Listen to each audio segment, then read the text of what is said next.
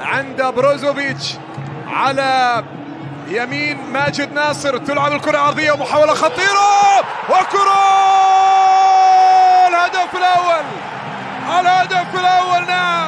نعم يحاول أن يعود وكرة تقطع خطيرة جدا عند دبور وفرصة وخطيرة أمام المرمى. هدف تعادل، هدف تعادل، جول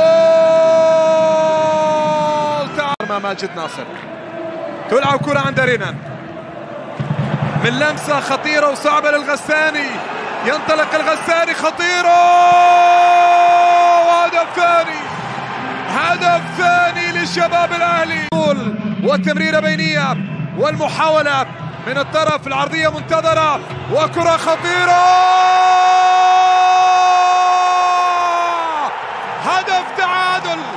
أو يمرر ساديو بمحاولة نصراوية وعرضية وكريستيانو مرت وصلت عرضية وراسية وهدف.